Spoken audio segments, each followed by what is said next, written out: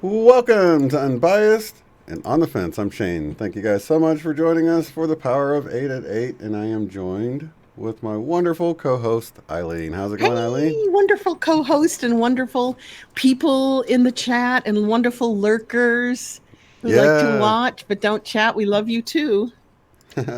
That's right. And there's a lot of them. Some of them just don't know how to, I think. But you think so? Fine. Okay. I always think they're kind of shy, and it's like, well, we want to listen, but don't feel like chit-chatting. But I don't mind. Yeah. Sometimes I gotta lurk. Like if I turn somebody on during the day, that sounded terrible the way that came out. When I turn on a YouTube channel live, sometimes I'm working and I cannot chat, because if I start to chat, the work goes out the window. I just can't finish the project that I'm on, right? I'm totally a lurker myself, because I'm always, especially if it's like more like a podcast. I'll start missing things that they're talking about if I get busy in the chat, or I'm already doing something else, or I'm driving something. I love listening and driving, listening and doing something else, listening and cleaning, listening and doing bills, listening and working. It's just really hard to do that and chat, because the chat is so lively and so interesting and so fun in this group, Yeah. Even keeping it at an hour is so difficult to do, because we get to talking, and before I know it, it's already been over an hour. So. Yeah, we started out with a 1 hour show, and often we go 2 hours, don't we? It just kind of gets its own little flow going. But we're super early tonight, because we've usually come on now at 8:18, and it's like only 8:10, and we're already talking on the East Coast. It seems like the longer they get, though, people get discouraged and they don't watch it. So it's like our numbers drop after a certain thing, because it's just so overwhelming. Like, 2 hours, I don't know. And, I know, I agree. When I see a 2 or 3 hour video, I'll play it on 1.5 speed, and then I'll put it on and really get into a job that's going to take me a long time. If I'm like dedicated to, like, I'll do that with the love stream. I listen to the whole love stream, whether it's 3 hours or 4 hours, I don't care. I love listening to it. But if I'm not dedicated to the channel, I'm like, do I really want to get sucked into a 2 hour, 3 hour experience? So I'll only do it with the ones that I really, really, really feel connected to. Yeah, or I'll watch it later and just put it on 2 times speed. But everybody sounds so much like in slow motion when you like go back to regular speed. It's I like, can't do 2 time. I don't understand what they're saying anymore. You can do 2 times. Oh yeah, definitely. That means your brain is like slowing it down for you. Yeah, it's not, and I've played stuff, and my son's like, I can't understand this thing. I'm like, really? Now some people talk really fast. You have a skill if you can listen to it on 2 times and understand what they're saying. Or if it's like somebody like Magenta Pixie, or English accent, Scottish accent. Well, it's not the accent. It's just what she's saying is so deep. I need time to really process it on the fly. You know what I mean? Do you slow it down then? No, and then that'd mess it up. I never slow him down. But yeah, it just takes time to really consider what they're saying. Same way with, do you slow it down to normal? Do you play it on normal? Oh, that's what I meant. Yeah, I just watch it normal speed. I'll tell you what I slow down, and that's people's orbs videos. If they're going to show me an orb, I will play it on 25% speed, but not until I cue it up to the exact orb spot, or it takes forever to get to it. What I like about, and I don't know if people know this, but you can use the arrows. You can double tap on the screen if you want it to. If you're on like a touch screen phone or something, you can double tap and go back 5 or 10 seconds or whatever it is. But tap 10 seconds, tap 10 seconds, right? Right, but it's 10 seconds regardless of the speed you're at. Meaning that if you're at a quarter speed, it only goes back 10 seconds of quarter speed. So it's not like it's going to take 40 seconds to go. That's good. That's good, because otherwise you wouldn't want to go back on quarter speed. It'd be too long. But I only use quarter speed for looking at ghosts and orbs and things that are UFOs, things that are flying by fast. Exactly, yep. Now, let me ask you, did I play my friend Gisella's ghost orb? because it's so different to our normal orbs that I'm calling it a ghost orb. Did I play Wow. that for you here No. live? No, do you have it ready to go? I can go full screen. You can share and play it Yeah, for not us. this moment, but I can play it tonight for sure because Okay. you are going to love it. But in my brain, I played it for you. I'm like, and my friend was like, I've been watching the show and I just haven't seen it. And I'm like, that's crazy. So I went back and watched all our old shows for a month. And I'm like, did I show him in my dreams this ghostly orb? And we discussed it. And, you said, oh, look, it's going off the picture now, which is good because then you can see it's not a digital effect. Right. I mean, I have memories of what you said about it. That's amazing. That Let's is see if anybody can chime amazing. in the chat. Do you guys remember her Well, playing that? Maybe somebody shift it with you and they remember it as well. okay, remember, guys, on my little channel, because some of you are in both places, I uploaded it a month ago and said, wow, look at this orby thing. And it looks more like a ghost than an orb. It's not acting like an elemental. And I chit-chatted about it and said, I'm going to show it to Shane and show it on Power of Eight. And then I thought I did. So they got to remember, did I see it on Eileen's channel with just her talking about it? Or did I see Eileen and Shane talking about it? Wow. So chime in, guys, and let me know if Did I you... say anything into the chat of that one? Because I don't even remember seeing that one. So I must have missed the notification that you even uploaded it. I don't think I've seen it at all, even on your channel. Which is kind of cool because then if we play it tonight, it'll be all new for you. You'll be like, Right. ooh, ooh. Yeah. But in my mind, I can hear all the words that you already told me. So either in Dreamscape or in Mandela Effect jumping, not timeline jumping, but the jumping that we do. Yeah. I don't know what, but I've never had such a solid memory of something that never happened. Lissa remembers it a week or two. Yes, I remember. You do? Wait a minute. Maybe she's talking about something else. The tapestry. Is that? Yes. Oh, is that? Yes, with the giant picture with the flowers. Oh. Is that it? Lissa remembers it. I don't know. I still, for sure. Jose saying it was on your channel. Did you see the one when we played your doll? I'm sure she saw that. That was a week or two ago as well. Was that last week? No, we didn't play her doll. I'm just playing with you. I know, because now my face is going, what? I know we played her doll. Yeah, we played Lissa's doll for sure. Yeah. I was just pulling your leg. I didn't let it do I'm too glitching. Long. Like that movie, right? Okay, so yeah, let's get into the movie because I've been wanting to talk about this. I had to watch it, and we talked about it last night. I guess nobody'd seen it. Nobody really called in to really talk about it. Thank goodness Sherry saw it, and we were able to chat about it. But awesome. I didn't get to listen last night. I was out all day until right now. Just got home, and last night I crashed. I went to bed early, so that show is going to be my Sunday morning coffee on 1.5 speed. So I'll get to catch up with what you guys talked about. Yeah, Alyssa's saying that Shane thought it was awesome. Lissa, you and I are in the same place, and it's not here because I went through every Power of Eight for 4 or 5 weeks, and I actually went through the whole shows to look for it, and I couldn't find it. And I believe you, Shane. You would know. You would say, oh, yeah, definitely I did the ghost cam, and you tell me the day. Wow, yeah, no. And she's saying it was before we showed her doll. It was before, like a week before, right? Right, Lissa? I can't see the chat. Yeah, because you said it was 2 or 3 weeks ago, and that was like last a week before we showed that was the last doll. week we showed the doll, right? Was it? Seems like it. Or was it the week before? Because these shows just go so fast, and Mm-hmm. So one thing I saw in your comment below the movie was how the quantum computer had an upside down cross on it. It's so funny because I didn't even realize that. Really? And for me, it actually, I just...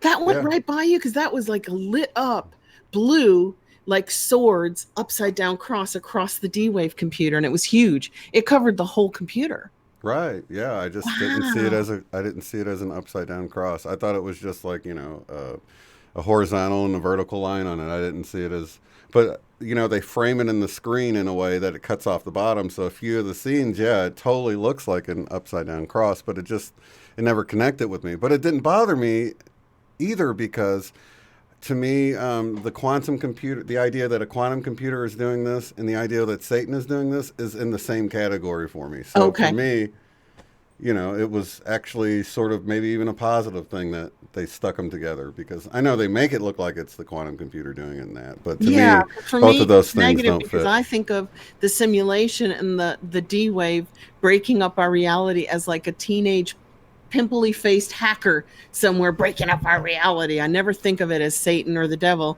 but I do associate that with CERN. When people go into CERN and saying they're messing up our reality, I'm thinking more Antichrist because of CERN's logo, which is Right. 666 in the Right. logo, like right in your face, right?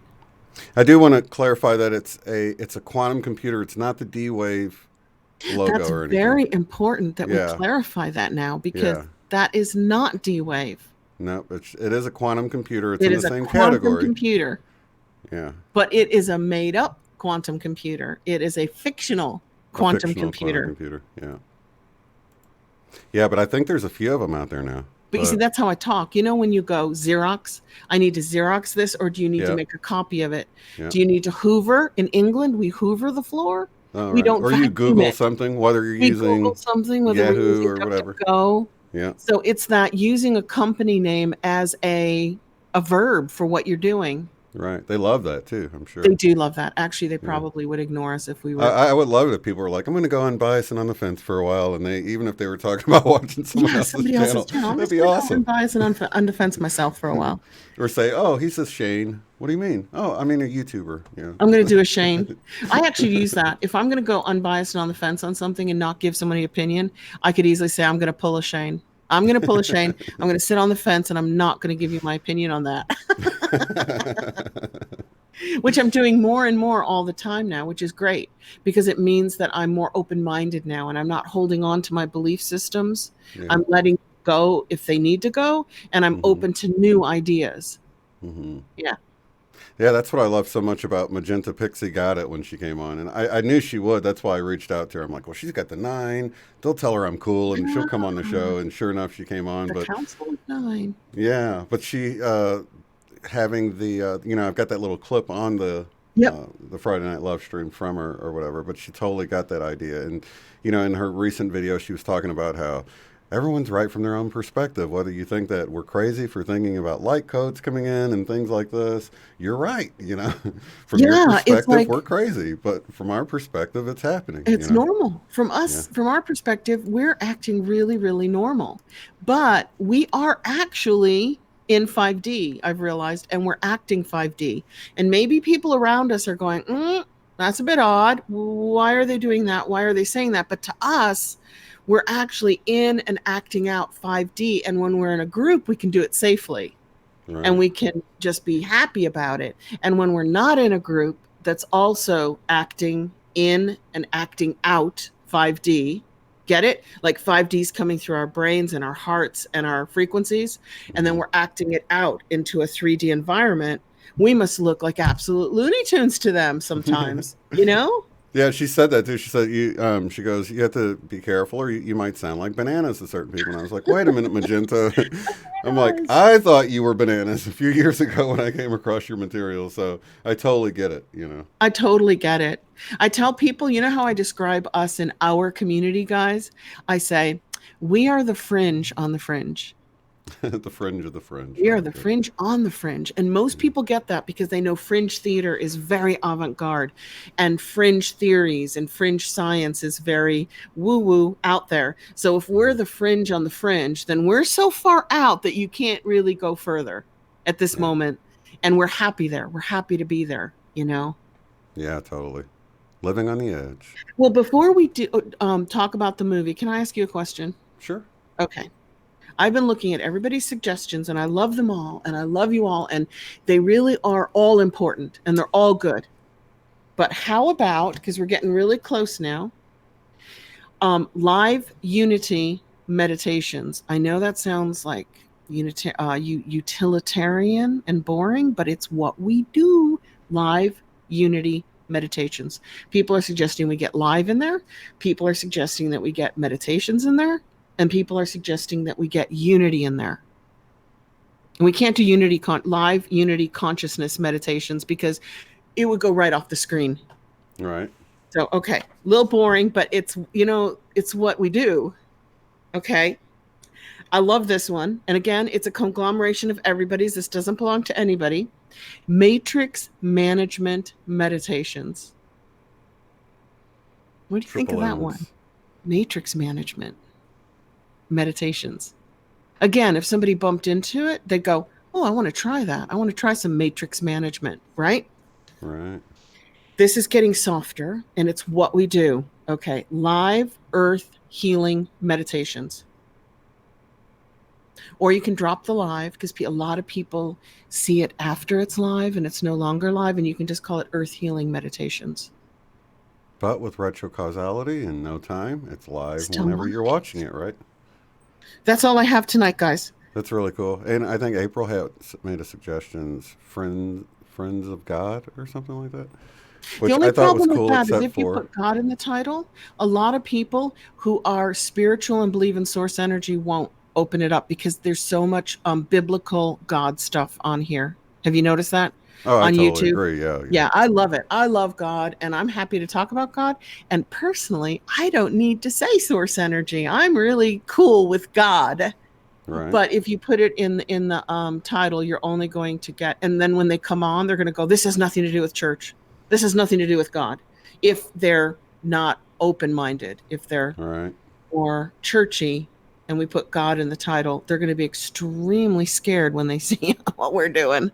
Right. But I don't know. I like, did we have Power of One come up? Yes, we've got Power of One and we've got Power of Us, but that was from last week. So these three were to throw on the table for this week. So we got Power of One. You can do Power of One meditations. You can throw in the fact that this is a meditating show eventually when we stop talking. Or Power of Us, or Power of Us meditations. It's like, if you throw the meditations in there, I know we don't get to it for an hour, but maybe we'll attract more people who want a group to meditate with. Maybe they'll be like, well, I want to meditate. Right. Yeah, we do have the hashtags, though, too. We do. That would, meditation, group meditation, intention meditation, all of those. Okay, so the hashtags are going to place us in there. I was thinking mainly for the pithiness of it. You know what I mean? The pithiness. I love that word. You're the only one who uses it that I know. Pithiness. I love that word. Okay, the pithy, powerful us. No, just kidding. But I mean, the one is simulating the unity, like you were talking about. The power one is representative of the meditation and the intention. I like them both. And do you want to put meditation at the end or not? Do you just, Matt, close your eyes? You're flipping through YouTube videos and you see Power of Us. Now flip through them and see Power of One. I like them both. I don't have a preference. Do you want meditations on there or not? Just key that in with a hashtag. I think one over us, because us might look like US, like the United States, right? And we're like not including the entire, all nations, all people. Like, well, why don't you name it the Power of Uck for the UK? Yeah. What about the Power of Oz for Australia? Right. Okay, and the Power of CA for Canada, which happens to be on all the end of their web addresses, right? CA. Right. Okay, so Power of One meditations, or Power of One. I'm just seeing it in my head. I'm seeing it written out, flipping through the screen. Power of One meditations. Maybe just Power of One. And let people figure it out. You know what? I was thinking a number one, but seeing the way Karen wrote it out, ONE, I like it written out, I think. Power of One. I do too. Should we go for that, guys? Let's do it. All the sticky notes going away. Gone. Power of One. Ooh, April says Power of Love. That's the power of love. Oh, I love that song. And I like the Power of Love, but for the meditations, I like the fact that the Power of One indicates unity consciousness. Yeah. Let's see. Sounds like my grandson's throwing a fit. I can't hear him through my little tiny earbud here. I got one in though. Okay, so matrix management is on. Jolie says, I don't like this naming stuff. I know, I don't. They were kind of trying to come up with titles. How about the No Name meditation show? The No Name. I think more people are going for the power of one. Yeah, a lot of people did a couple of weeks ago too. I like the power of one. It's That got would the catch unity my in it. eyes. I would think of unity consciousness. And Yeah. of course, whenever I think of unity consciousness, I think of Christ consciousness. Same here. Yeah. To me, that means the same thing. Mm-hmm. Christ consciousness is unity consciousness. Okay. Okay. So our tentative name, at least, is For the Power of first One. week of January, it's going to be my terrible handwriting, Power of One. And then Shane will It looks key like it. Power of None. No, it's a power of one. Actually, the power of none would make sense too, but not to most people, because the one and the none actually means exactly the same thing. It means that none of us are separated. So Right. there are none of us here. There's only one here, and that is us. But Right. that's getting way, doolally out there. Yeah. The And it's power. close to what we have, so you know. Yes. Yes. Well, at least that's what we're going to start with, guys. Well, let's do Power of One at 1. I'm just playing. Start meeting at 1 p.m. in the afternoon. Or 1 in the morning. Yeah. Let's see, our Australian friends would like that. Actually, no, that would be late for them. What would that be for them? Isn't it like 10 hours earlier or later? Later. 10 hours later from the Eastern Standard Time. You're in Central, so. Nicola, how far in the future are you right now? Hey, Nicola. What time is it, please? Yeah, where you are right now? Let's see. Time in Sydney. Let me just look. Time in Sydney. Right now in Sydney, it is 12:30 p.m. It's noon there. It's noon. Okay. Yeah. Tomorrow, though. Noon tomorrow. Noon tomorrow. Noon on Sunday. Yeah. Okay, so to the movie. To the movie. Okay, so we've already covered, I see the cross because I'm looking for these things. I'm always looking for the checkered board floor or checkered board tiling on the wall to give the Illuminati dualistic approval. That's a sign of approval. I'm always looking for upside down crosses. They turn up in shadows, they turn up in lights, they turn up everywhere. It's a very subtle thing. Again, it's kind of a management program. Mm-hmm. And what else do I look for? When people are talking, it's so bad because if we do it, I don't get suspicious. But if people are holding their hands like a triangle down by their waist when they're standing there, like Merkel, the head of Germany, does it all the time. She's always standing there with a triangle. And I'm like, is that a natural triangle or is that a sign? You know? I don't know how many times I'm sitting here doing that and I'm thinking, oh my gosh, I'm so glad my whole body's not on camera right now. Okay, he's Illuminati. Yeah, he's Illuminati. Okay, we know about the 666. So somebody in an MTV See, to me, that's A-okay. That's A-okay. So somebody on a TV show for kids on MTV was just doing this so inappropriately with what they were saying because I know Trump does it all the time. And if it's okay. It's okay. It's okay. If it matches what you're saying, you could go, I'm just not going to be suspicious about that. But if it doesn't match what you're saying at all and you're throwing it out there, that rings my bells and goes, is there a message there? And for fun, my daughter and I ran through all the Disney films, old and new, like from Snow White to Frozen. Right. And we stopped it on all of these. This is what the princesses do. They do this and they do this. And that is definitely not their. Snow White was not at a rock concert in the woods going rock on, but she was throwing her horn signs up. You got to stop it really fast when you catch it, when it flashes by. You got to rewind and pause right on it.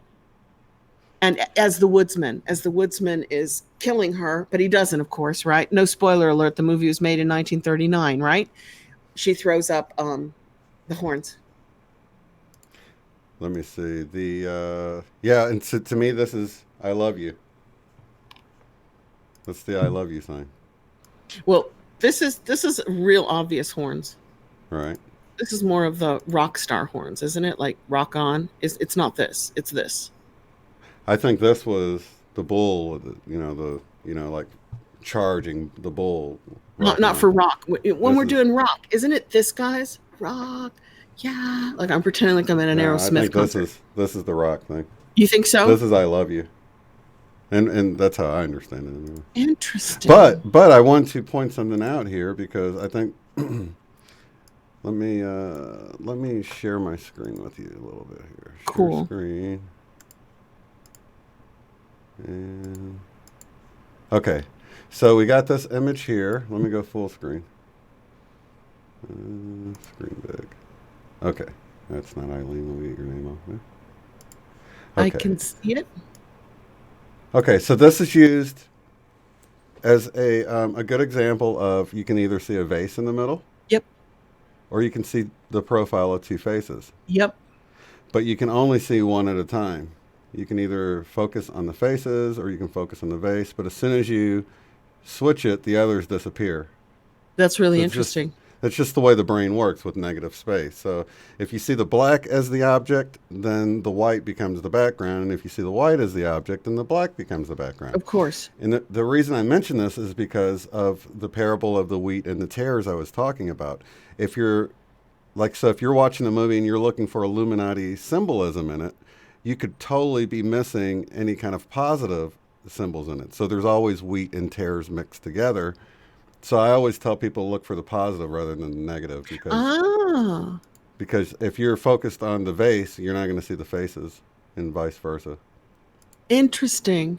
And So it if you doesn't look at mean it unbiased and on the fence, you can see it all because you can, interesting. sort of just taking the information in and you're not applying foreground or background or object. You know what I mean? It's just There's a sort of how small it is. group of So. us doing A Course in Miracles on my channel. And we're like on lesson 10. And it's really interesting because the first 10 lessons are erasing existing programming. Mm-hmm. And then they're going to start talking about all is love. If it is love, it's real. If it's not love, it's not real. Anything temporary is fake.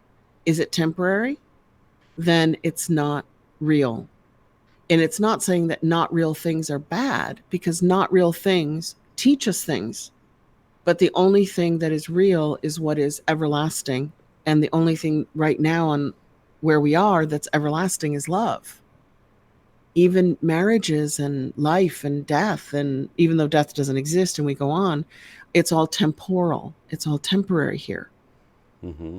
So if you want, the whole Course in Miracles is going to be about seeing the reality in everything and judging it from your heart based on love, which is great. It doesn't make you go weird and crazy on things like, that cup is not real. I'm not going to drink my water out of it. It doesn't Might have not any. real water. Yeah, exactly. And is the water real? Well, the water is plasma. It's a wave that's liquid, which is really interesting because whenever you see anything liquid, you're getting really close to plasma because it's still made of waves. All right. You know? So it's kind of like that fish scenario that you and I always chat about. Like, what if this air around us is really water and we've never been above it, so we don't know what it's like to be out of the water to breathe air, because we're in the water very deep and we think it's air, but it's water. You know, that whole, if the fish never came to the surface, it wouldn't know that there is another substance above it. Right. Sort of like none of us has been to space. We have no idea what's up there, right? Exactly. And though a We lot think of it's a people say the vacuum. waters of the firmaments, like a lot of people believe there's water up there and that they're seeing lights through water, which is the twinkling stars. Like if you look at pool lights, they do what stars do. They go, Right. ooh, ooh, right, right. And there's some truth to that because in the atmosphere there is moisture, humidity. That's water. I mean, it's in the atmosphere, It and you're is looking in the through quite a bit atmosphere. of it. And when we see the sun going down and it begins to change colors, it's because we're seeing it through more and more atmosphere as it gets lower and lower on the horizon. So you're looking through a nice thin layer when you're looking straight up through it, but as you're looking at it at sundown, you're beginning to look through all of this atmosphere at an angle. You know. More atmosphere at an Yeah. angle. And I'll put in an obvious book plug. I'm not even pretending not to. In my new book, 40 Days and 40 Nights Manifestation Key, that you did the artwork on, I learned and put it in the book that a rainbow can only occur at 40 degrees above the horizon. So when the sun is 40 degrees above the horizon, from 0 to 40 degrees is where a rainbow can occur. So you're either going to see a rainbow while the sun is setting or rising. And once it's above 40 degrees, you cannot see a rainbow again until it drops down below 40 degrees at sunset, which is really interesting because I never noticed that most of the rainbows I've seen in life have been like late in the afternoon before sunset. But it is an instance where where it's a perspective thing. So like if it's high noon and you've got your water hose out there watering the garden and you're looking down at it and you're looking at it at that 40 degrees angle of the sun, then you can still see it. Yeah. So but you just can't see it in the sky because even if it rained, the angle wouldn't be right, which is really interesting that in order to see a rainbow, you have to have a certain perspective. I thought rainbows were viewable from all perspectives. But it also means that you can be in an airplane looking down above rain and see it because you're going to change your perspective. You can change the perspective and get a 40 degree or less angle. There's a lesson in there. I feel like there's some kind of a lesson in the fact that you can't see rainbows from all angles at all times. You can only see it from certain perspectives. Yeah. And that's why you can't ever reach the bottom, the pot of gold at the end of the rainbow, because it's constantly moving with your perspective, Yeah, it's always out there in the distance. Yeah. Never, ever behind. Well, I guess it could be behind you. No, it's always in front of you. That's another interesting thing. So back to the movie. Did you see any kind of Illuminati references in it? No, just the upside down cross. I was really surprised there was no black and white tiling. I thought, okay, maybe these guys are super, super independent. I felt like maybe this is a really independent movie, which would be kind of cool. Somebody said, it might have been Sherry said, that they actually filmed it in a house. That wasn't like a movie set. That wasn't. It looked like a house, didn't it? For most of it. And a backyard. And a street, like there's some street scenes. The reference where the guy says, the professor says, ideas are dangerous things. I felt that was an Illuminati reference. Don't think, guys. If you start thinking too deep, you might lose your mind. You might go do something. Don't think. And I felt that the ideas are dangerous. That's something that our group would never say because we're such like digesters and dissectors of ideas. We take any idea and really just start looking at it. Right. Eventually maybe we throw some out and go, oh, that doesn't work for me. That doesn't work for me. Nah, I don't think that's true. But we certainly are really open to ideas in the 5D New Earth community. What about as far as people who see the changes? I think they represented it pretty well with the wife and the brother-in-law, and because that's something we all experience. And even with him feeling like he was going crazy at one point, I think we've all wondered that as well. So did you feel like they represented the different? Represented the community really well. But I have gotten comments back from people saying, except for the idea that you must experience trauma in order to be Mandela affected, because his wife and his brother weren't. But his wife was, but she didn't know it, because remember, she remembered the Monopoly man with the circle, and she knew, but she didn't know she was Mandela affected. So I'm like felt he represented the community really well. I think that was good though, because most of the people I've come across will see something and then sort of respond like her, where they freak out a little bit about it and and then brush it off. Yeah, and then want to move on or say that's just not very helpful looking into that, and and then being concerned, I want to start my restaurant again, and this isn't, it's just sort of stuck on 3D, Yeah, it was wants and desires. Once she realized she might be Mandela affected, she went, oh, come on, that's not going to help us right now. Let's not think about it. And a lot of people do that. They just brush it off or go, oh, I must have misremembered. Or, they just don't tell me. You're making me feel weird. But even the brother-in-law, they all saw it. Yeah.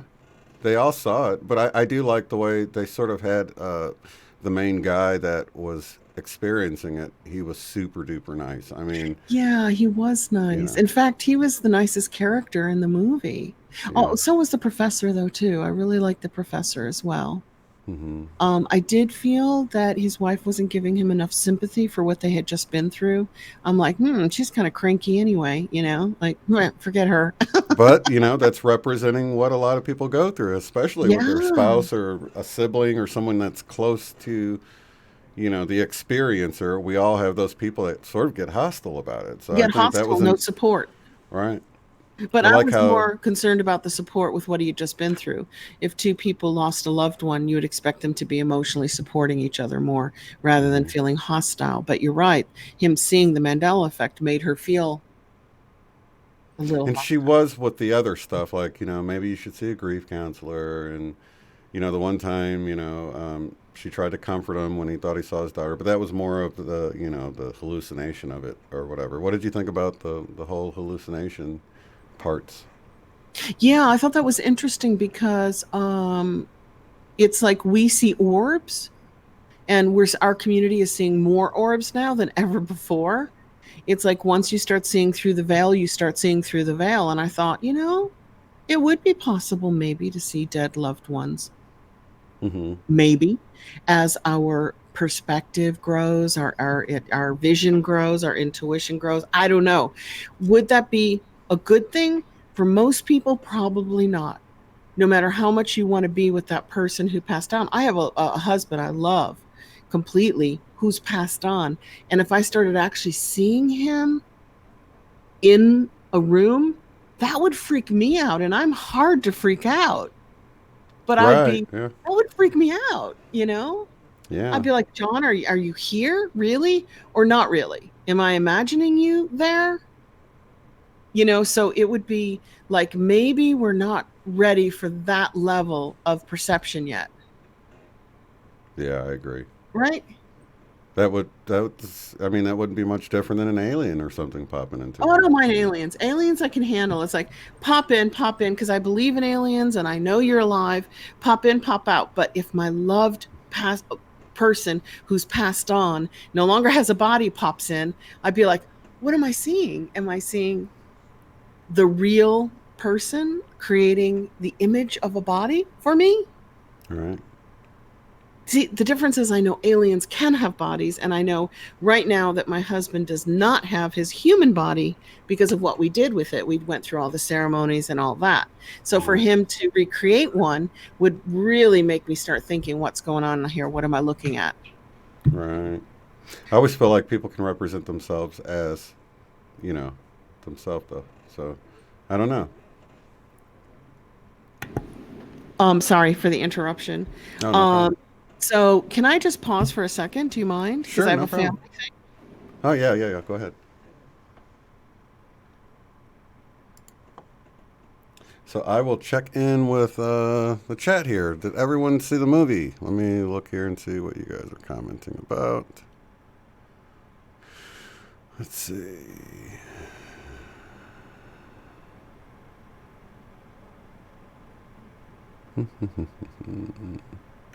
Okay, I'm back. The answer is yes. The answer is yes. Sorry, guys. Getting close to Christmas, kids, got to go out, Christmas shopping, very important questions. The answer is yes. Awesome.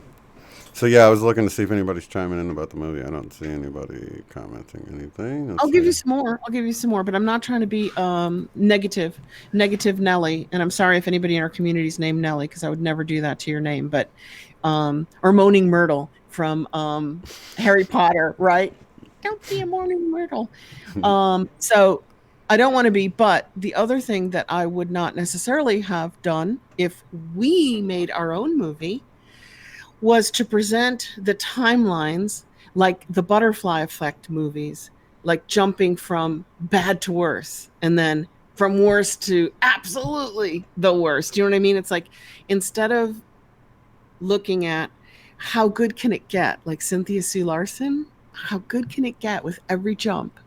and just keep jumping into a better version of you and a better version of your family and a better outcome for everybody around you in your reality bubble, right? To make those kind of jumps. This movie, because, you know, it wants to be entertaining, and being scared is like a real big human entertainment value. You know what Especially for movies. I found odd is that, you know, he's talking to this professor about procedural data on the computer. So for people who don't know about video games, if you're in this 3D environment, you know, it appears that you're walking through this live environment and that it's all bustling and that there's cars moving and all this stuff is happening. But in actuality, as soon as you leave one street and move on to the other street, that first street doesn't exist anymore because there's no need in having cars and processing power and all this sort of thing happening. I remember that in the quantum studies. Do you remember it was put forward as a possibility? There's a name for it. And it's where everything you can see, you are condensing. I'm sure it's more than the observer effect into a perceived reality, and everything behind you, as soon as you stop looking at it, goes back into wave function, just a bunch of waves.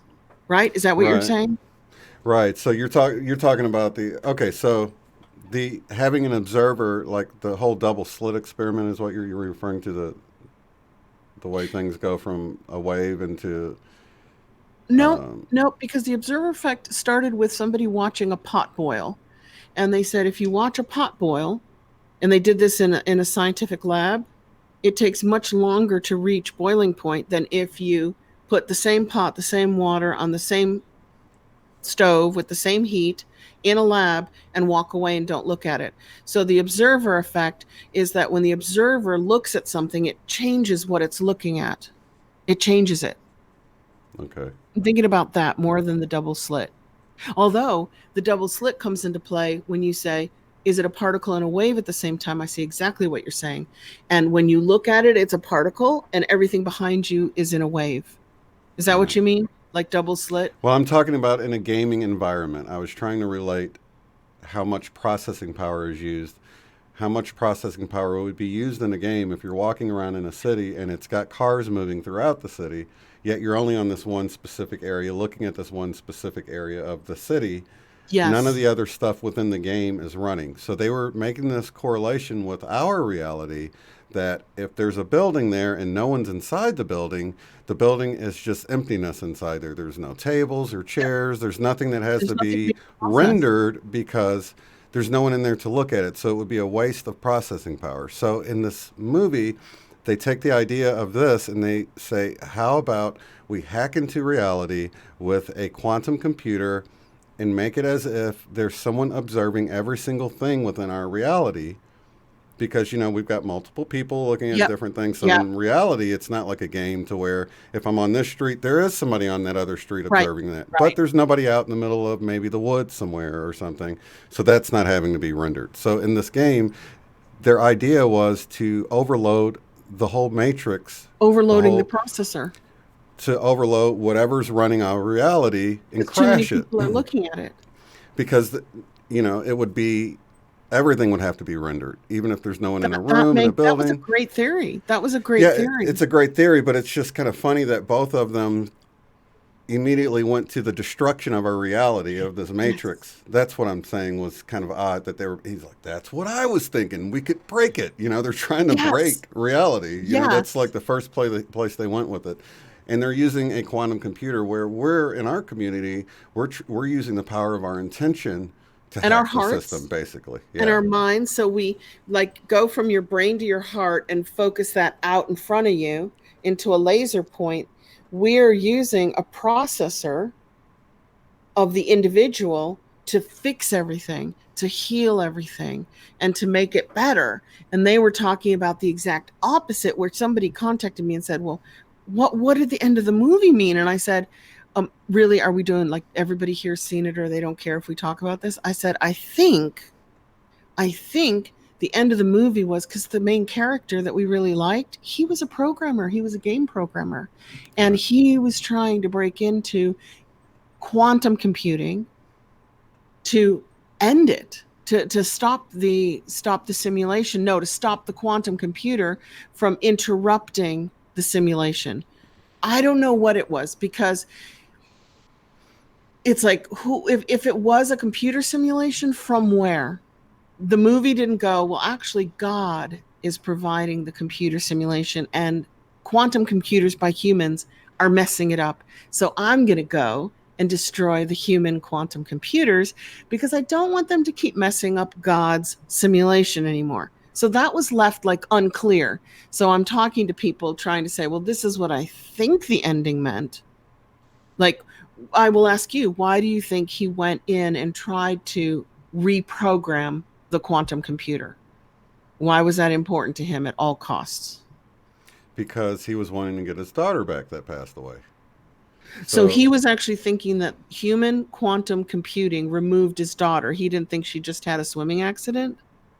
No, he knew she died, but he was wanting a way to get her back within the game. So within a game, if you die, you respawn. So he was trying to successfully make his daughter respawn, which he did, but at the same time, it caused all these anomalies with his wife. But he did that without the computer. He jumped timelines just to be, normal nomenclature, normal words, even though we don't think there's timelines. He jumped timelines without the computer and got his daughter back. He did that without the computer. See, I didn't take it that way, though. Because he never broke into the computer. He went in to see it with the professor. The next thing you know, he jumps timelines. He's got his daughter back. Other bad things have happened to other people around him because he's no longer in the same timeline. But he hasn't actually gone in and broken into the computer until the end. Right. See, I thought it was suggested, and I thought he had to break in at the end because the professor was dead at that point. But he'd already gotten his daughter back in his timeline without the utilization of the computer. Right. I'm saying I don't think they showed it, but they discussed it. So I assume that they did it. But that's a good point that you bring out. That we don't know. Yeah, you're right. Yeah, it wasn't clear, but they explained that they were going to do it. And then he tried to contact them, and he said something's changed, as if they had done something, And then he went and rewrote the code to try to crash the whole thing. So I don't know. It's possible that I missed that. But they didn't show it. You didn't miss it. They didn't show it. But yeah, that's how I assumed they were discussing it. And then, so I don't know. I thought they were discussing it and never did it. But I could have missed that. I could have interpreted that wrong. And then other people are asking me, what does the ending mean? And I'm like, well, I'm going to try my best to give you my idea, but it could be totally wrong. My idea of the ending could be. So the ending was, they successfully crashed the reality, and it did a reboot.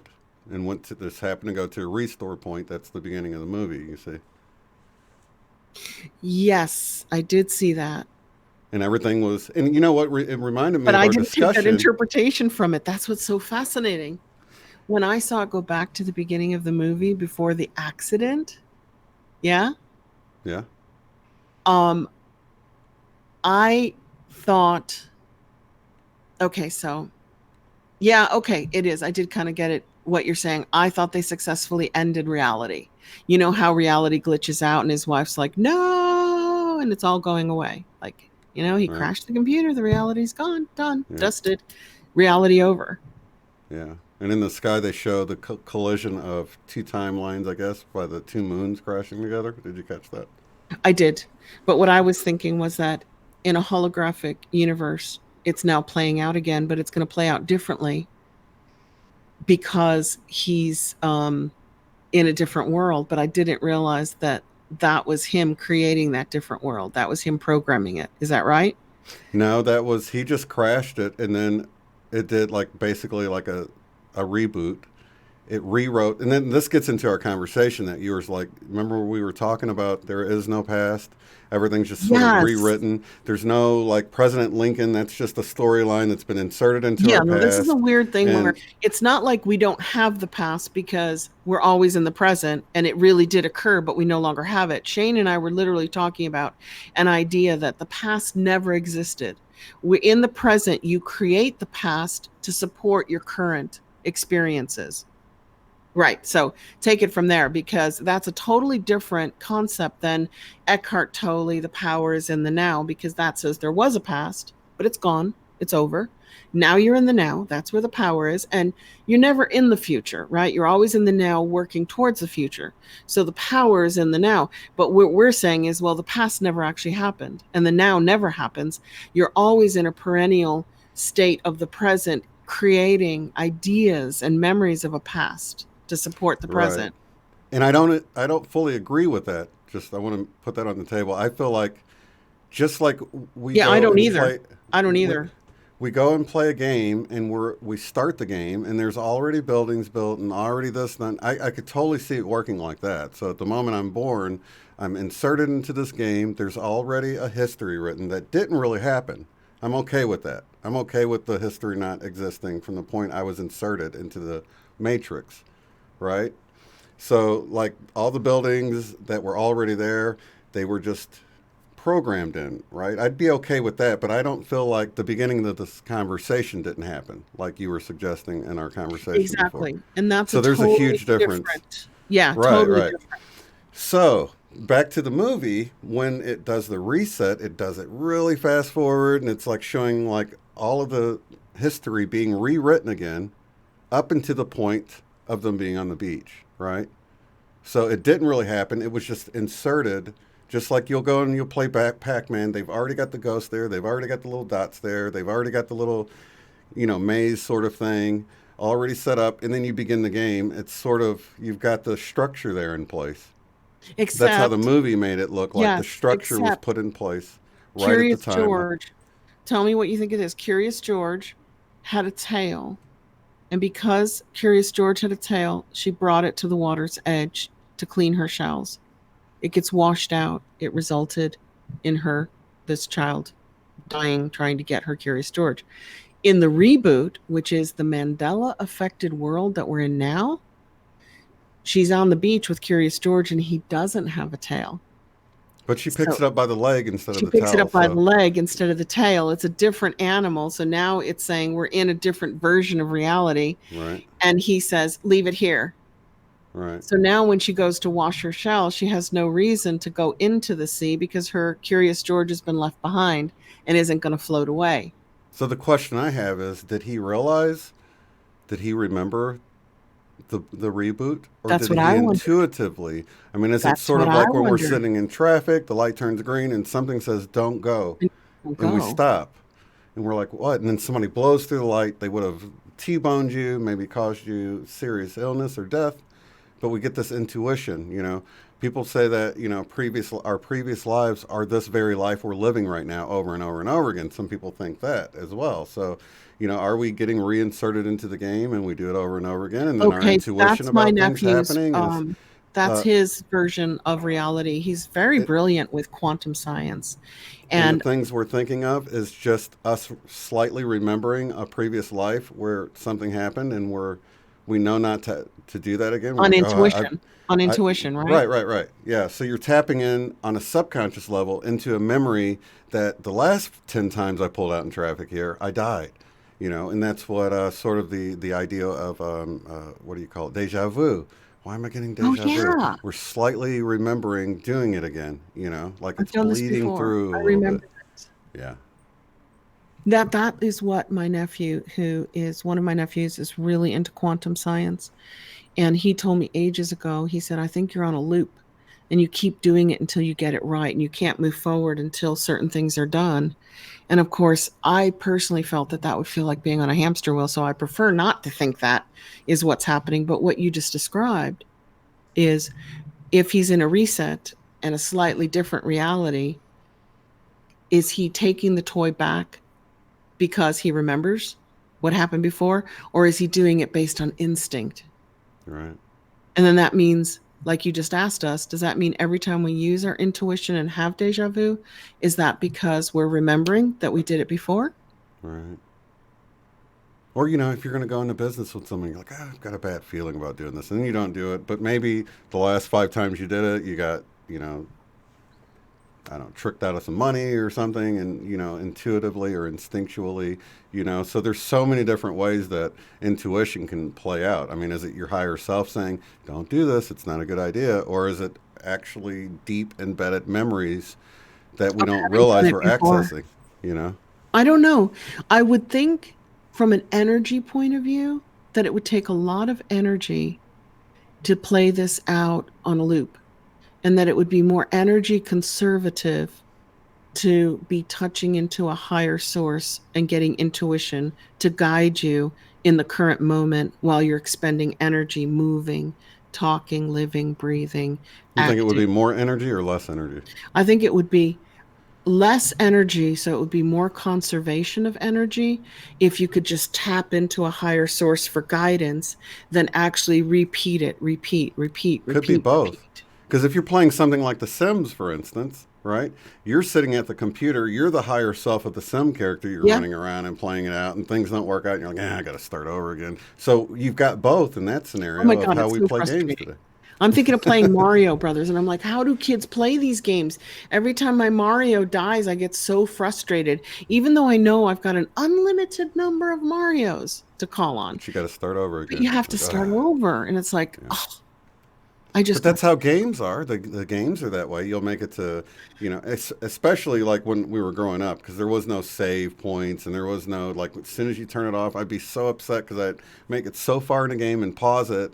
And then, I'd wake up the next day and my mom's like, oh, you left your video game. And I'm like, oh my God, you didn't turn it off, did you? Oh, yeah, I turned it off. You're like, no, I was on like level 5. And then you got to do it all and then over we don't again. reset So to level 1.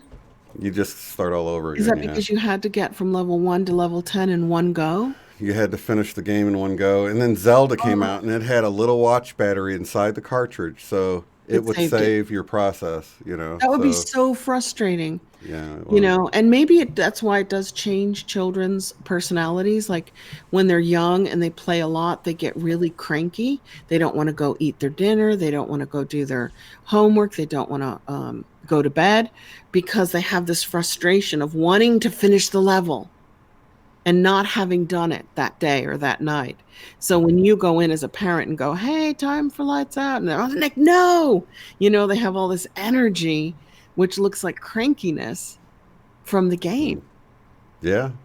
And it can actually get really bad. You can watch videos of it and you can see how video games and things like that are really, you'll see the same symptoms as someone that's on drugs. It's like they're so addicted to it Oh, that they're displaying the same exact signs of being addicted to something. So yeah, and you'll see like where a well, parent takes the game away and they'll freak the heck out, and it's like just you're like kind of taking reminding cocaine me, away from a yeah, crackhead.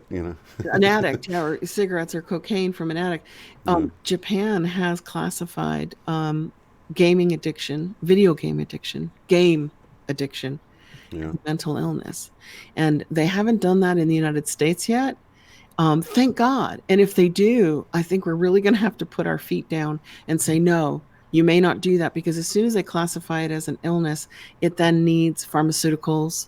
It then gets regulated, like, you can put somebody away for it if they're gaming too much. All these consequences happen if being addicted to video games is a mental illness. That's crazy. You totally imagine that. We don't want to go What? down that road. Right.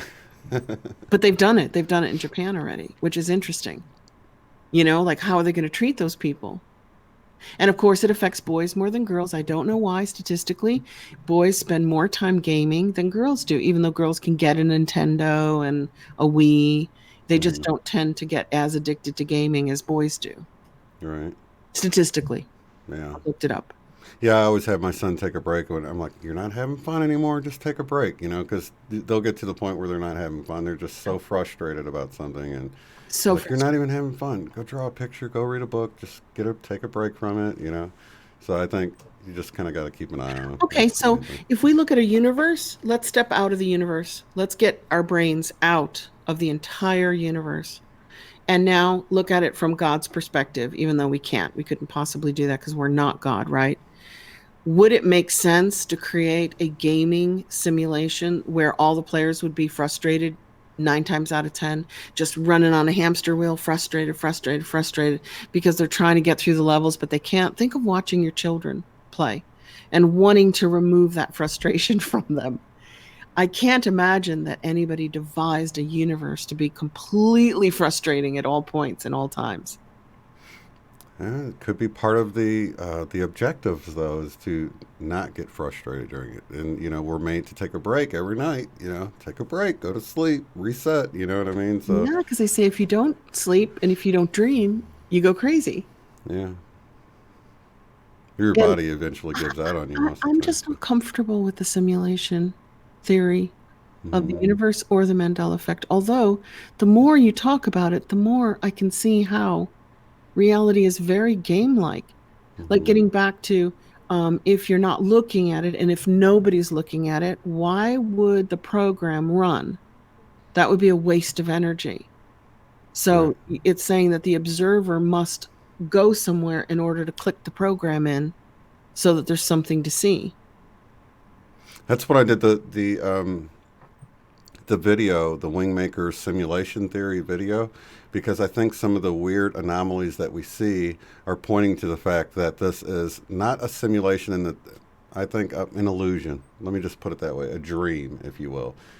A dream meaning that um, I think simulation points to a computer too much, and I don't think it's a computer. I think it's like consciousness Yeah, I don't driven. think it's a computer We're either. the memories for it. We're the processors for it. And then, of course, there's the consensus reality that we all share and tap into. But for the most part, that's why I think even arguing about the shape of the Earth is kind of a moot point because nobody ever sees the whole thing. So in a simulation or in an illusion, you're only loading in what you can see, and nobody ever loads in the whole thing unless you go into outer space. So, the number of that is such a fraction of a percent, even that nobody ever, there is no globe or flat or anything. There's just what you see, right? So it's kind of Yeah. a Yeah. but it does answer some of the questions that don't really make sense to us. Like when we look at the double slit experiment, when we look at spooky action at a distance, the only way I see Retrocausality. Yep. right the Planck distance, I think, is another one. Entanglement, the Yep, Planck distance. the Planck distance. How is there a minimum distance? That points to me points to a simulation or an illusion that was like a hologram or holographic projection because how can there be something that's too small? How can there be a maximum speed of light? How can there be a speed of light, you know what I'm saying? Because the speed of light doesn't change. It's a constant, and it can't be altered. It can't, and nothing can go faster than that until you get into the quantum Except entanglement. thoughts. Thoughts go faster than light. And quantum entanglement, where two particles are separated over vast distances, are still connected. So Exactly. there's a communication So, faster than light. There's an instant communication. and the only way that would happen is if they're both tapped into the same thing, in my opinion. You Well, see. when you said So if dreams are simulations. They are. We're in them and they're virtual reality and they are simulations, but they're simulations coming from our brain or our consciousness, right? They're not coming from a computer that we know of. Nobody's putting them in our heads that we know of. So, why would simulation have to involve any computer or technology? It wouldn't. right, it's just that that's what people think of, and I don't want people to Yeah. think. They always think of a I don't want computer when them you to say think I'm saying we simulation. live in a computer. It's not like that at all. But I think, that's the closest thing we have to relate to it. And Well, I or think is when we it see the computer like? maximum, when Because, we I see, mean, is it computer like? If we're not in a computer, is it still acting like our computers act for us? Are I there, think it's the closest thing we have that we can relate it to. That's why it's a helpful analogy. So the fact that we have a maximum, we have the speed of light, and that's the maximum speed something can go to. And when something does break that, like thoughts or quantum entanglement, known as spooky action at a distance, you've got these two particles that's separated by space and time. Well, if that's an illusion, it is an illusion in a game. I mean, if you're looking at a screen and it looks like there's this Mhm. car in the distance there, it's really the pixels are right next to it, and the pixels get bigger and bigger and bigger. They're right next to each other, Right, really but they appear to be. So separate. time is fake, space is fake, all of that. And I think when you see this quantum entanglement, it's pointing to that. And when you have a maximum, like you can't get smaller than a pixel on your screen, right? So that's You can't get smaller than a pixel. no, I mean, if I'm looking at my computer screen, I can't divide anything any smaller than the smallest pixel on my Okay. screen, right? So if you have the Planck distance is the minimum distance that you can have in our reality, to me that's also pointing to the fact that this is some kind of simulated reality. I think, these things that don't make sense start to make sense when you put it in the context of a simulation. What about if you erase the simulation for now and you put it in the context of a holographic universe or a hologram? To me, that would be just talking about how it's displayed. You know what I mean? It would be like you're talking about a different type of screen, but it still would be within the simulation model, if you will. That's interesting because I see it the opposite, but I don't know how else to picture it. I see a giant holographic soup with no beginning and no end, and then maybe simulated virtual realities in different bubbles. But I see the holographic oneness of everything being like one thing, like the body of God. And yes, there's a kidney cell, and there's a liver cell, and there's an eyelash, and there's a toenail, and they don't look anything alike, and they don't act alike. They do completely different things. That's how I think of consciousness. On the body. Yeah. Yeah. That's exactly how I think of consciousness. But when it gets to the holographic universe, I feel like that's how it's displayed for us, if you will. Interesting. And I see the simulation happening within the body of God, within the hologram, within the holograph.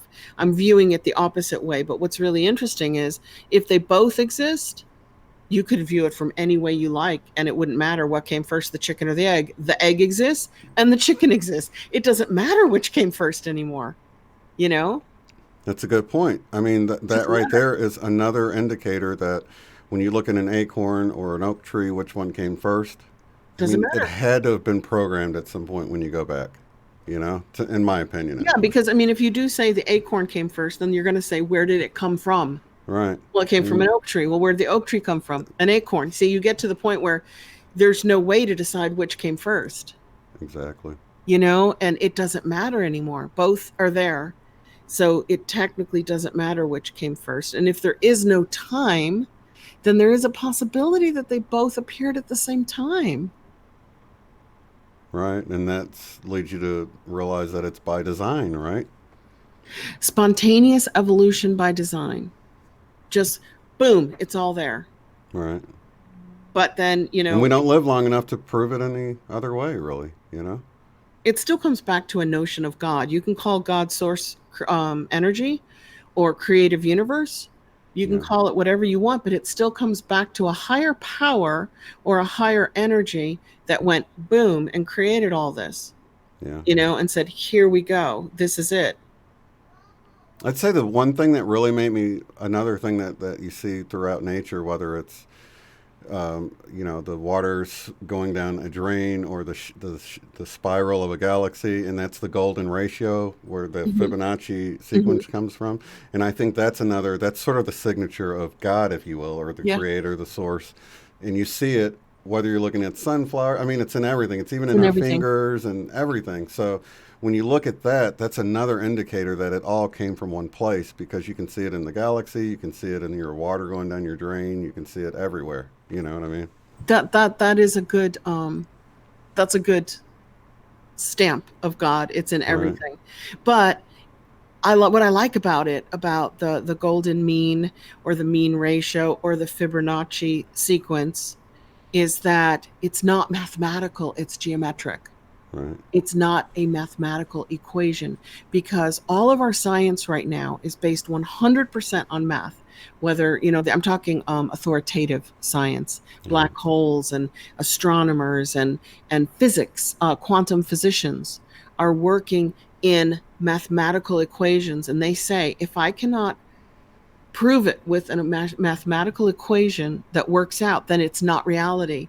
And people are now starting to say, wait a minute, we're not living in a mathematical equation. This world is so much more than math could ever describe.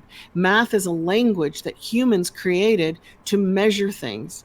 And if the universe is beyond measurement, because it's so much bigger and so much more magical and so much more powerful, then it will never fit into any equations ever. But when you get into sacred geometry, they don't matter anymore. There are no equations. It's, it's a triangle, it's a circle, it's a square. And then it goes into the more complex forms. And that all ties into cymatics and all of that. And you can glean some numbers off of that, but it's so limited, with you have to see it almost to the cymatics. Appreciate it. Yeah. and it's not mathematical, although aren't the shapes mathematical? Am I wrong? Do we think that the shapes that cymatics produces are mathematical shapes, or is that only numbers? What is geometry? I don't think it's calculatable past a certain point. So I mean, you can like, I think the cymatics, we can view that and we can say, oh well, at this frequency 432 or whatever it is, we're going to see this sort of a pattern. But you're talking about all of those little particles of sand or whatever, and then that comes into what particles are you using, and are you using water, sand, sugar, salt? You know what I mean? Everything's got its own. So I mean, I think at some point, if you had the processing power, you might be able to come up with an equation. I mean, the Fibonacci itself is an equation. 1 + 1 + 2 or 1. 1 1. It's the first two numbers added together create the third number, and then so on and so on. You just keep, the 1 3 5 1 1 2 3 5. Yeah, whatever Lone Eagle always says. Yeah, that's it. That's the Fibonacci number he always says. So Lone just Eagle, to 1 1 2 explain to 3 5. people, one, and I can't even say it. What is it? 1 1 3 1 1 2. 2's in there because 1 and 1. 1 1 2. 3. Yeah, because 1 1 is 2, and then 1 and 2 is 5, 3, and then 2 and 3 is 5, 8. and then 3. Yeah, exactly. 1 1 Okay. 2. I can 5, count up to 8 8 on the Fibonacci sequence. 13. After that, I'd have to get my calculator out. Right. But if anybody, I'll say cymatics, for anybody who hasn't come across it yet, look up some cymatics videos, and you will see that sound, when the waves hit sand or salt, will actually bounce the sand and the salt into different patterns based on the sound waves. So go ahead and check out those videos. And then for the Fibonacci sequence, what would you recommend? Like a Gary Light video to explain that, or? For the Fibonacci, you said? Yeah. Gary Light might have done it. I think Alone One just took care of that. 1 1 2 3 5 8. Yeah. But to explain what it means and how it turns up in nature, it's in everything that's natural. Yeah, I would look up Fibonacci, Golden Mean, and watch a documentary on that. It's really interesting because you can see how even within the ancient, structures, they try to always incorporate that. Even within our money, it's like, the areas of things located on a dollar bill, for instance, are located at the 0.66, ratio or whatever. Which, but the people who invented our money were Freemasons. They would know that, and they would use that. That's sacred and ancient knowledge, so they would know. If I designed a dollar bill, it might not have a lot of Fibonacci sequences. But in nature can't escape it. If it comes out of the ground or the air or the water, it has it. It contains it. Nature uses it. Right, and they even have a mask that you can. It's got. It's not a mask. It's like a structure of the most, I guess. What do you call it when something's equal on each side? Symmetrical.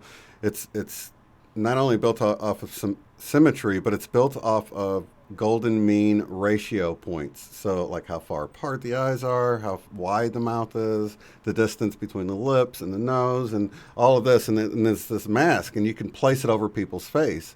So anybody you can see it.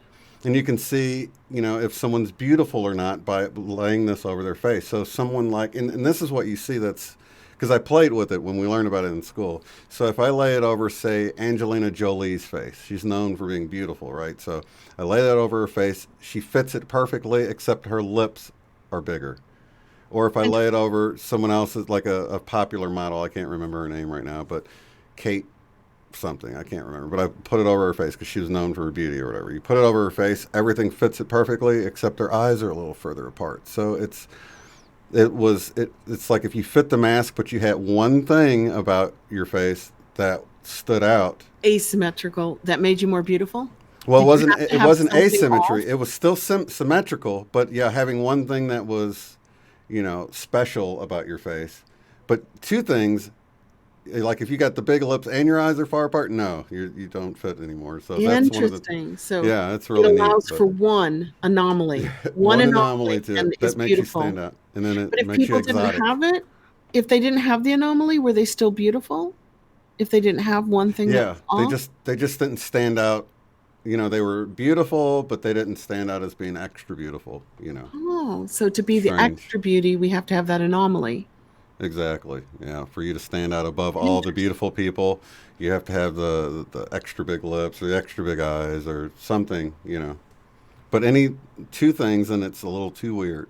Well, That's let what's me so let me funny. ask you this opinion from you. Kate If we're Moss, gonna, you got it. Yeah, Kate Moss. if we're going to look at geometry, is that math? Are geometrical shapes mathematical? Mm-hmm. Are they? Yeah. They are? Mm-hmm. Interesting.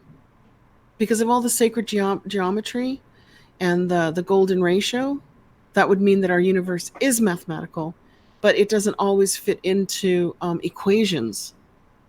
That we know of. See, I think, Yeah. I think a lot of the things that we come across that are uncalculable, incalculable, like, we have junk DNA. I think it's just our own ignorance that sees it as noise, right? So one of the things in Cynthia's, I can't wait for her presentation to come out, is that she points out that there is no noise. If there's noise, it's because you don't understand it. It doesn't mean that there isn't some kind of system to it. There's not some kind of order to Yeah, it. I It's love that. just that we're not able to see it. We can't decipher it. And so we think of it as like, oh, it's just noise, but it's not. And the There junk is a, DNA, oh, it's junk. It doesn't do anything. Maybe it does do something that we right. just don't know what it does. And they're so sure about their knowledge about it that they're actually blinding themselves to the fact that, oh, maybe I'm just not seeing something here. And I think a lot of that happens. I mean, that's the whole unbiased on the fence thing, is because It once is. you realize how much you don't know, then it opens you up to learn more. But as soon as you are like a teenager and you know it all, how many of you have teenagers, right? Don't all teenagers know it all? Right, they all know it all. So yeah, it's really interesting though. I That can't is wait for really her to come. interesting. We did a really heavy conversation because the Mandela Effect movie really does lead you that way. It does lead you into simulation theory. And then as soon as you get into simulation theory, you're into programming, you're into mathematical concepts, you're into the biggest question is, where does the simulation come from? And the movie tends to indicate it's being ruled by quantum computers. Another thing that comes out in the movie is that their discussion about what the Mandela effect was anomalies because of the process. They were glitches. They were breadcrumbs, but they were glitches. But I think anybody that looks at these changes long enough can see that they're intelligent. I don't feel like they're random or accidental. It seems there's purpose in them. There's like similarities with them, like S's dropping off, merging of letters, extending of letters. The left half of the T, Right. crossbar falling off. Yeah, how come if they were glitches, wouldn't we have some where the right falls off the T and the left falls off the T? But why is there, it's not random. I don't feel like it's random. I feel like they're very purposeful edits to our reality. And I think anybody that So then looks the at it long question enough is can. that the movie obviously doesn't answer because it can't. Who's running the program? Right. And they're I, they're viewing the Mandela effect as glitches in the Matrix, like that they're accidental or it's the system got overloaded, it couldn't keep up, so things get changed. The tail falls off of Curious George. But I feel like it's an indicator. If you look at enough of them, you'll see patterns. Well, humans have the tendency to be able to see patterns where there aren't either. So I mean, you don't want to jump on.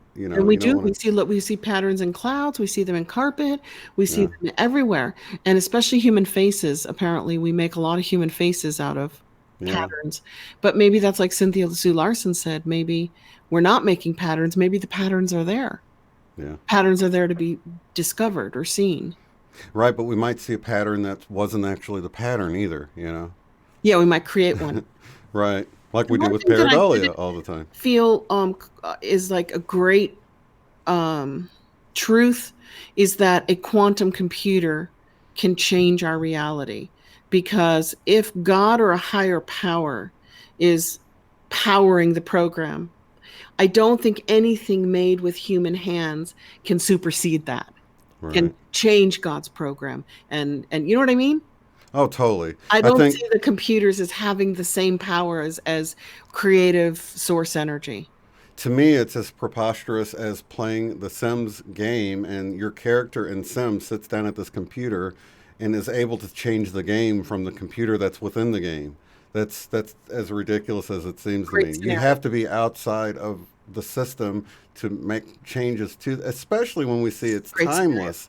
You know, when, like if I pause the game, if I'm playing The Sims, I'm a programmer, I pause it. The character's had a red car the whole time. I pause it, I make an edit, and I make the car blue. The picture on the wall changes to blue, and it appears to have always been blue.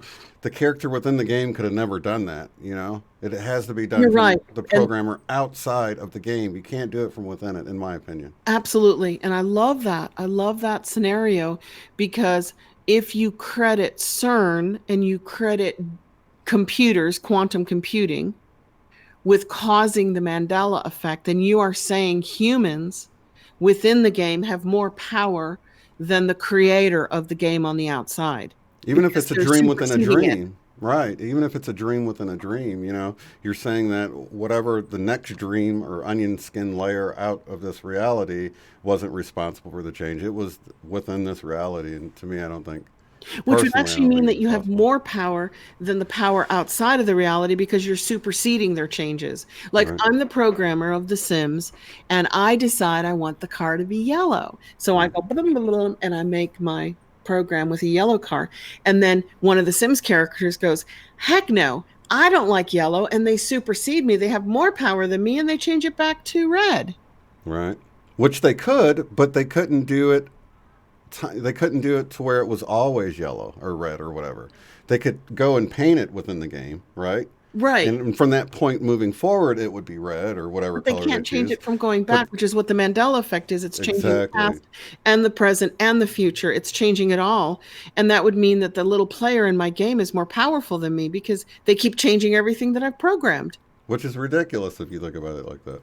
You It know, is because it's, yeah, you're right. Boy, this is deep thinking here because I've never been able to explain why I don't think CERN and quantum computing has the power to change reality. I've never been able to explain why I don't think that doesn't feel right with me. and And it now doesn't you've fit given the it a, mo. It doesn't huh? fit the mo of the elite the elites running the world, right? That they're going to go and change, chop off T's of logos and do things like that. It's like, why? Why would they do that Power. when they can change stock numbers and they can change like the whole thing with like Stouffer Stovetop switching to craft? Hmm. I think that would be something we might see where like it was like a product takeover by another company. That would fit that maybe, but not all of the changes But we see. not dropping the dash in a Kit Kat. Right? Why would they would be Why? tipping Why their hand. bother? They would. Well, I mean, they would even be showing that you know they have the power to do that. They would be busting themselves to do things that people are going to notice. You know what I mean? I do. I do know what you mean. And it feels like this whole thing is so much bigger than Yeah. whatever we can create right now with our own hands Yeah. in our reality. This is bigger. Don't you feel like it's and if we can use ourselves as the programmers and the computers and to use our hearts and our minds to actually change things, what would that be saying about who the programmer is then? Like, Right. okay, say that you and I and everybody here tonight decides to do X, and then suddenly X is working. Would we go, oh my God, that means that we're more powerful than God? This is scary. Or would we say, no, God programmed us so that when you get together and you use your emotions and your mind at the same time in a group of people, you activate that energy to change your reality. That's God given. It doesn't mean you're more powerful than God, Right. right? Exactly. Wow. And because we're conscious beings, I think that's another. I'm glad you brought that up because that's another indication that we live in this consciousness driven, whatever you want to call it, simulation, reality, dream, or whatever, because we know our consciousness can affect it in very real ways. And the more of us get together, the more that we can sort of steer the boat, if you will. You know what I'm saying? So that's letting us know that we're like computer hackers within the game that And we are were, we able were to hack the born that code. way. We were Yeah, we were coded born. that way That's by like our God. God given. It's a Exactly. God-given thing. God It's a made it that God way. given thing. And Exactly. then a bunch of people who tell you what your religion is and what your bank is and what your government is go, no, no, no, no, no. Don't think that way because then you're putting yourself above God. And they're saying, please don't go there. Please don't Right. go there because they're there. They're in charge of everything. They're in charge of the money and they're in charge of the thoughts and the And they're religion putting and the the fear education. out there and making us use it against ourselves. You know Yeah, what I and mean? saying, don't you go out there because then you'll be insulting God. Right. But maybe they're already there doing that and saying, well, we just got to make sure that everybody else doesn't do it, because then we won't be in charge anymore. You know? Exactly. So they try to steer the masses with fear because nothing, we see it in politics all the time. One side says, don't vote for this guy because they're going to, start World War III or whatever it is. And then they tap into the fear of the people. Like, well, I'm going to go vote for this person. I don't want World War III, right? So we see it even in advertisement. We see it, they play on our desires, our fears. Are you balding? Are you older, man? And, blah, blah, blah, come in here and get this product. I don't want to get old. I don't want to get bald. So I go buy this product. And that's what like advertisement's all built on. So they play on our fears, our emotions. How many of the pharmaceutical commercials, they're hilarious, right? They're like, do you feel tired? They like play on like something that we all feel, right? Maybe you need to try blah, blah, blah, and you're like, oh, do I need to go to the doctor and ask about this new medication? And then at the end they go, better? And if you take it, your nose will fall off and you're, eventually death. They give you these side effects, like who in their right mind is going to ask for this stuff, right? Or they say it really fast and really quiet. You're driving around and you hear a car ad and it's like could cause seizures and death, and I don't know. It's really interesting because this awakening and this Mandela effect seems to be waking up the masses, seems to be shaking everybody's boat or rattle and saying, hey, pay attention. Yeah. You're not in Oz anymore, and things are not the way you were told they were. They're different. But then on the other hand, it doesn't give us the manual. It doesn't tell us how everything is so that we can relax and go, okay, this is how it is. Go to page 10, everybody, paragraph 3, right? We're suddenly going, what? You mean my reality is not the way I always thought it was? Now what? And we're stuck in our own little brains and our own little bodies and our own little hearts trying to make sense of it. And thank goodness we have the gurus, and we have people like Cynthia Sue Larson and people like Lynne McTaggart that have done this research. They see how we can make very real changes to our reality just within using our heart and our mind and coherence, and then joining those powers that we have together, to make real change. And we've seen it. It does happen.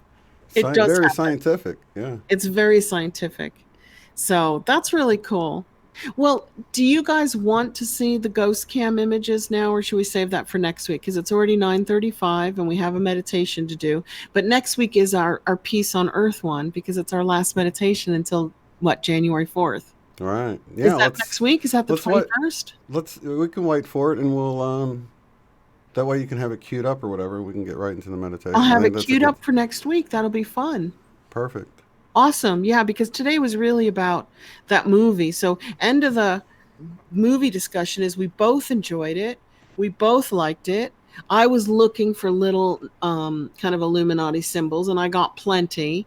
But that also sells the movie and makes it exciting. Dark Wolf's Den Jerry said, you got to make these movies exciting for people. They can't just be boring, old, evaluation of the Mandela effect. So they did make it exciting. Yeah.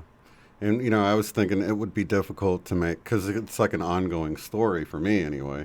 It like keeps unfolding into something, but, you can only have a movie be so long. So you would have to have it sort of come to some kind of conclusion. I would have probably did something different, but, kudos to them for going through the whole beginning of it. The whole beginning of it was so similar to all of our experiences when we first realized it's happening, right? And we're like looking stuff up. They actually had real Mandela effects. They actually had real videos that we all watched. And wasn't Moneybags one of them? Wasn't like his voice was in there at one point? I think, yeah.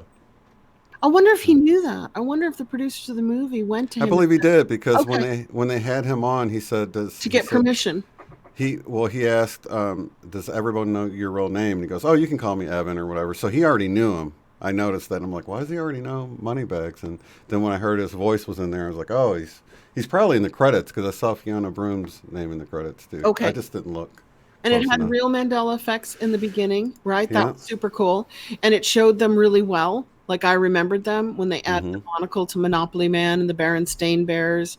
And it had the personal Mandela effect. He noticed the picture, the background of the picture he took with his family changed. I think that was cool. Taken in front of a different place in his memory. Yeah. Than what was on the wall. Yeah. So I think they did a good job. I I mean, think they did. what they And I had to would work with. recommend it to anybody. I would say go ahead and watch it. But unfortunately, we're not all big believers in the simulation is causing the Mandela effect because of computers, because of CERN, because of quantum computing. None of us really here tend to believe that. And that's the whole premise of the movie. So it'd be great to see the same people put out another Mandela Effect movie based on a hologram, a holographic universe. Mm-hmm. It'd be super cool if you'd be willing to do another movie with another theory so that you could compare them, and put out all the different theories. Kind of like that movie Clue, where they could use the same beginning and then just have the guy go down a different, you know, thing towards the end. That would be kind of cool. Yeah, like what would you do that wouldn't involve a computer or CERN? All right. Power of intention. I guess that's all we have. That's what we're doing. That's what we're doing is our power of intention. Which our right brain is like a quantum computer. I mean, it works like a quantum computer, and our left brain works like the computer that we're all using right now. Like ones and zeros, very sequential and analytical, and then the right is kind of far out there using, yeah. Well, my gosh, now you've brought up a whole nother idea of left brain, right brain, and one being 3D and one being 5D, basically. And if you totally activated your right brain 100%, you would be seeing things differently. And you would be in a different world. You'd be in a different reality. Right. You would be limitless. That's sort of like that movie, Limitless, in the pill, and it where they take the pill, the clear pill, and then they're limitless. Their brains just work. Yeah, that all went on like I had an epiphany when I realized that, because it was like a light bulb went on. I was like, oh my gosh, they're trying to take our computers and move them into the right brain style quantum computers, and they're trying to take us and move us into transhumanism, which would be more of ones and zeros digital. They're trying to swap us, with what the computers can do. They're trying to make the computers more like us and us more like the computers. That whole... It's more mechanical and the computer is more creative and spontaneous and limitless. Yeah. Interesting. But we're winning. So that's the main thing. Oh, of course we are. Of course we are. In fact, I've just come to the conclusion that this whole community is already in 5D. And we can safely share that in an environment where other people are in the same reality as you. You can just be open about it. And then when you step out of it, it becomes really crystal clear what is breaking down. Because have you guys noticed that like call centers are breaking down and Wi-Fi is breaking down? And I mean, there's so many parts of this constructed 3D capitalistic, where the top has the most and the bottom and the rest has nothing, is just starting to crumble. It's just starting to break down. It's just not working. Like my Wi-Fi is dropping out constantly now, and it's this new advanced, fast Xfinity as opposed to the old slow Comcast, which was reliable. And I call the call center and I get sent halfway across the earth, whether it's flat or a globe, doesn't matter. And then the person I'm talking to says, I wish I could help you, but my system's not working right now. And I go, what? I go, you're my helper. You're the one who's supposed to fix it. And they said, yeah, but it's... No, we're on the phone with tech right now. We have our own tech. We have our own tech. Yeah. And they said, I'm sorry, we have our own problems. I can't really help you. Like, okay, I'll try again tomorrow. And then I'm finding like glitches in the human matrix of the mechanical. This is set up for you to buy. This is set up for you to use, is glitching. I'm finding that that's glitching. Are you? Yeah. But I think it's just part of, sort of pushing the boundaries. So, we had the old TVs, the old tube TVs. You had to, let them warm up. And then we went into solid state. You could turn your TV right on. Now we're back to smart TVs. You have to turn them on there like a computer. They don't come on anymore right away. You let them load in. So I think it's just part of how it goes. Yeah. In a way, you're kind of describing the simulation matrix breaking down, but it's happening in a mechanical way with mechanical stuff as well, because that stuff's gone a little bit too far, gotten too big, It's like almost when you're dealing with mom and pop companies that are on your corner, your street corners, and they're servicing you with something. If it breaks down, they can come and fix it. They're just down the street from you. But if you're now buying everything from massive companies that service the world with, hundreds of millions of customers, and it breaks down. They can't fix it. Right. They can't do it. They're not down the street anymore. And I'll give you an example. There are 400 units in my apartment complex, and now 76 apartments are going offline with their Wi-Fi 3 or 4 times a day. So they've sent the technicians in from around down the street, and there's nothing wrong with the apartments or the buildings or the boxes in the buildings. It's something underground. It's something much further away from the 76 customers in the 76 apartments. And this has been going on for 3.5 months because they simply can't fix it. They're so far away, they can't just send somebody to come out and dig up the ground. Right. Dig it up to where? How far would they have to go? 1 mile, 2 miles? At what point can they fix broken cable if your actual internet is coming from cable under the ground? Where are you going to find that wire that's now been cracked and getting water in it? It's that same thing with mile away. With the mom and pop companies. You went from them knowing you by name, like, hey, what's up, Tom? And now you don't even get a real person half the time, and if you do, they're on the other side of the planet, and you had to wait a while to get to them. So yeah, it's worse service by far. And you'll have Walmart move into these communities and put everybody out of business because everybody starts going to the Walmart. But then when you need that person-to-person interaction, you've given that up for the convenience of being able to go to one place to get all this stuff. So, it's because we've done it to ourselves. It was cheaper. Yeah. Didn't we go because of the money? Wasn't it because it was so much cheaper? We're like, oh, I can't afford mom and pop shops anymore. I need to go to the big stores because it's cheaper. It's cheaper, and you can go to one place and get it all. Where you don't have to go to Ace Hardware and 3 different places. The automotive store. Yeah. All right there. Computer store and the furniture store. I mean, the list, and the plumbing store. The list goes on and on and on, doesn't it? That we used to have to go to all those little different places. But then if something didn't work, they came to us or they fixed it because they were just down the street. And they remembered you. You're like, oh, well, you had that problem last time, so it's not that anymore. And it's like, you're lucky to get anybody that knows anything now, It's like, if I could go back in time, that's one thing I would like to fix, where people just went, no, I'm going to keep the mom and pop stores going. I like going down the street, to my bakery. And I like going to my computer store, and, where humans just automatically said, I know it's cheaper over there, but I want to go where I used to go. And just to keep that flourishing, that village mentality of it takes a village and everybody has a part to play. Because we all need things and we need each other to provide them. Yeah. It's all a breakdown of the community. I would love that to go back because I remember when that happened. I remember in the 60s and early 70s, my mom taking me to all these individual shops.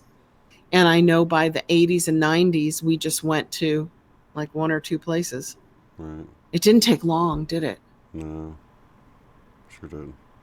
So do we have a topic for tonight? We don't have a topic tonight. Do you have one floating around? I sure don't. I have a little bug in here. I've got my windows open. It's been cold. It's been like 70 degrees and 65 degrees here. You said it's been cold? And I still have my screen door open. It's 36 here. 36? Almost snow. Almost. I'd love for some 60-something degrees. Almost snow, yeah. Almost snow. That's almost a snow temperature, 36. It has to be 32, right? Well, I don't know. No, it could snow. It just melt right away, I think.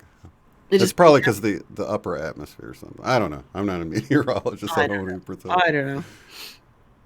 Okay. So let's see. Let's manifest mom and pop shops. Oh my God, that's so funny. What if we woke up tomorrow and all the Walmarts were gone? Oh, Amazon's gone. That's a really funny one, and it's fun. Should we just say that we're manifesting a community environment where there's a job for everybody, doing what they like? Not a stronger community. Okay. And that could mean our community. That could just mean the community at large. Because... And how about where there's work for everybody, doing what they love, doing what they enjoy. And that definitely ties into doing away with the sense of lack or the idea of lack and more abundance for all. And so, yeah. I might And even even mom and pop shops. I might even say, and bringing back more mom and pop shops, bringing back the high street so that we all have a place to go. yeah, more community. More community. We all have a place to go in our Yeah. community. You used to know, you used to know store owners and their kids, and they would even work Yeah. there. And you know, oh, did Timmy have the baby, and that sort of thing. Yep. No more of that though. No, and I kind of, I'm always amazed that Ace Hardware is still around because I remember going to Ace with my dad in Right. the 60s. Yeah. And I still see Christmas ads for Ace now, and I'm like, whoa, it's still there, thank God. And because that reminds me of like Woolworths. Do you guys Hmm. remember Woolworths Yeah. and little places like that? And yeah, fascinating. Okay, I'm switching over to here. Muting. Okay, here we go.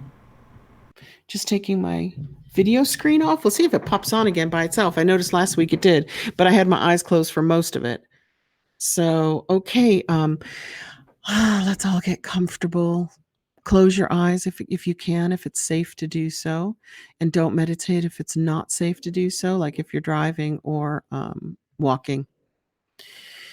And just take a nice, relaxing, deep breath in. Hold it for just a moment, and when you're ready, exhale out completely and release any tension anywhere in your body. And when you're ready, take a nice, relaxing, deep breath in. Hold it for a moment. And this time, exhale out any stress that you may have encountered in the day or the week since we last met. And don't rush it. When you're ready, take a nice, deep, relaxing breath in. Hold it for a moment and exhale completely, relaxing deeply into your comfortable zone. Now, if you like, go ahead and send a grounding cord down. You can send that from your root chakra, make it like a cord of light, any color that you like, and send it down through the building and down through all the different layers of the earth. And when you can imagine it eventually hitting the center of the earth, let it spread out in all directions, rooting you, much like a tree. And now we're going to go to our happy place. We're going to imagine being in nature, like it could be a place you've actually seen, or it could be something completely from your imagination.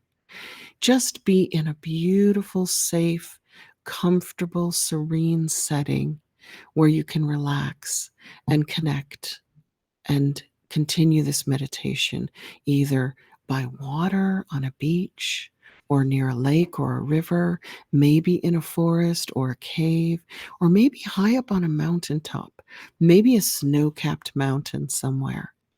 Just imagine being in your happy place where you're comfortable, you are safe, you are relaxed, and you are extremely feeling peaceful, at ease, and serene. And now we're going to imagine holding hands together as we start to imagine living in a shared world where community mattered, where community was strong, where the sense of community meant family. It meant places to go where you knew people and people could actually provide things for you in a more personal way. They might know you by name, or they might know you from your family, your father or mother who purchased things before you, or your children going in. And then if anything went wrong, they would actually be there to set it right and to help you in a community way, a family way to make it right again. And imagine that sense of community going past commercial and buying things and spending money in banks and stores. Imagine a community having places where you could go with your children and you could mix with senior citizens, older people who go there, and younger people who go there, all different ages, and having kind of a community center where families can come together to get to know their community, to get to experience their community and to become closer in terms of building community. Just imagine that. See it, sense it, hear it, smell it, really feel it. And now imagine in your small community that there are jobs available, work available for everybody. There's always room for more. There's no sense of lack because there's always more. Abundance is everywhere. And your work and your children's work and your family members' work is based on what they enjoy doing. So the first question would be, well, what do you like doing? What do you enjoy? What makes you happy? What makes you feel a sense of purpose? And now just imagine that. Imagine everybody having work available based on what they love doing, based on their talents, based on their gifts, and making room for everybody, room for all. And this is bringing back kind of the village mentality that it takes a village to raise a child, that community is important. It's part of who we are and what we are, and that we need to maybe bring that back. And we can do that together. We can do it together with the intention of our minds and our hearts joined together. So I'm just going to go silent for 3 minutes while we continue to imagine what growing the community would feel like, and then what living in a real community would feel like.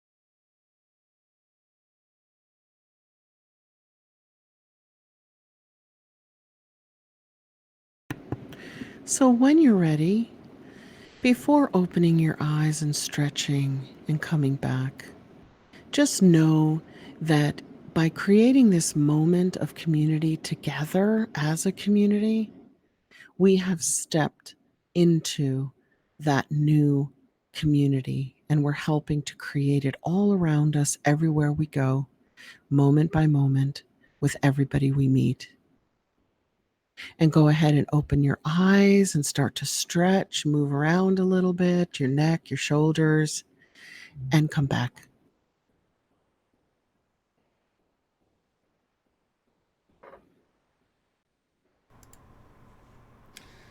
There we go. And we have that community here, don't we?